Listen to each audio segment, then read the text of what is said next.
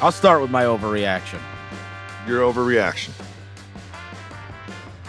I should have picked Cleveland as the one to deal with the Knicks. Again, you're saying overreaction. I mean, in the end, most of the time when we get to the highest levels of the playoffs, it comes down to stars. And they got 3 stars. If you're going to say, if Mobley becomes what we think he's going to become. Look, we're calling Mobley a star? I think Mobley is absolutely, I don't think anybody is going to debate that Mobley has had all-star potential. And yeah, but that's just that last word, though, potential. Okay, well, fine. Jared Allen's been an all-star. Donovan Mitchell's been an all-star. Darius Garland's been an all-star. Like, that's already happened. Mm-hmm. If Mobley is an all-star caliber player, that's 4. They're doing it without Max Strus. They've got the 6-man heater guy in Karis LeVert. They got a couple other pieces that I like, and they're on the Atkinson diet, as you said. And it's just, it's a talent thing. And one of the things we wondered coming into the season was they've got the new coach. There's too much overlap with this team. But I'm going to tell you this. The Garland thing last night that you mentioned earlier, that matters to me greatly. He was on a real trajectory 2 years ago, and then it was like, oh, well, the him and Donovan thing doesn't work very well. You remember he had the weird broken jaw injury? Like, he had the season from hell last year and was just never himself. But he was always on this trajectory to be an outstanding NBA player. And I'm always one of those that I pay very close attention to who other NBA players vouch for. And 2 years ago, I went in hard on Darius Garland because I read this interview. Because after working out throughout the summer, you know who was all in on Darius Garland being a potential superstar in the league? Steph Curry. Huh. And I'm like, look, man, Steph Curry don't get a lot of this wrong. Like, he knows. And if he's been working out with this guy. And so all I'm saying is, again, you asked for an overreaction. Talent-wise, it's a different type of talent than everybody's gunning for the Celtics, and they are the prohibitive favorite. But if we're looking for somebody that could match it in this weird way, it's different, and they probably need a little bit more wing defense. But Atkinson being able to figure out how to simultaneously get big-time performances out of all 4 of these guys. Like, Allen last night's got 15 and 15. Mobley's had big games already. Garland's had a 32. Mitchell's already had big games. It's like, man, if you can figure out a way to mix and match this thing to be able to maximize, or at least close to maximize, what these guys would be, but do it as a unit, then I think you've got a chance to be really special, because nobody will deny that level of talent. I mean, those top 4 guys those are big time guys, and Allen is like the greatest role player in the world. Like, he doesn't need the ball. He's not taking shots. He hasn't dribbled in 4 years. Right. He does what he does. Yeah. And I've always loved Allen even since he was with the Nets. But one of the things that, just to support you here with this Cavs thing, is you think, oh, well, the Cavs, they kind of got boat raced by the Celtics last year in the playoffs. Like, yeah, but they had 6 guys in street clothes. And Donovan Mitchell had to stand on his head and score 50 points for them to even be in it in the fourth quarter, and they would eventually lose. Like, that, to me, is kind of just a scratch-off if you take that. But I will say they do have the coach is different. Of course. We have to evaluate it on the coach is different. We watched what that guy did in Brooklyn. Oh, yeah. With not much talent. No, that he had, that's Karis LeVert, who he has now. It's like D'Angelo Russell, Jared Allen, who he has now. Yeah, probably got fired over Jared Allen because he was playing him instead of DeAndre Jordan.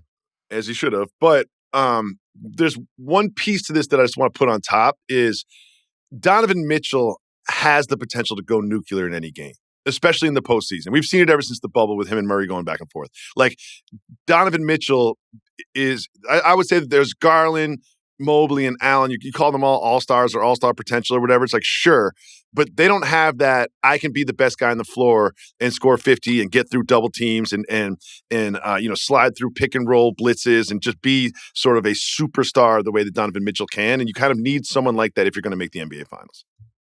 What's your overreaction? Hold a second. when you say my overreaction is I should have picked the Cavs, ... I thought you were going to say to come out of the East. And you said to deal with the Knicks? To deal with the Knicks? That's not what I said. Then you couched it. That's exactly what you said. We're recording this. No. I said to deal with the Celtics. That's not what you said. That is what I said. Okay. Well, good thing this was being recorded and being broadcast. Well, Jesse, if I didn't say that, edit it. No. Edit in No. what I meant to say. We can't go backwards and edit in what you meant to say. That's not how this works. That's not how this works. Send me your Venmo. And if I misspoke earlier in the podcast, we are changing that. That's what I meant as an East Finals team. Okay. We'll see. I have an overreaction. And this is in stark contrast to my preseason Western Conference rankings. My overreaction is the Los Angeles Lakers are title contenders. Oh, title gosh, contenders. Here we go. It's called an overreaction. Okay. But so listen, I had the Lakers, I think I had them like the 10 spot or something, or maybe even like missing the play-in tournament this year. Because if you look at them last year, not that good, and a lot of health from AD and LeBron, and they did absolutely nothing to change their roster into this year, and they just changed JJ Redick. And the early results are there's an actual change there. Like, LeBron and AD have been great. LeBron wasn't that great last night.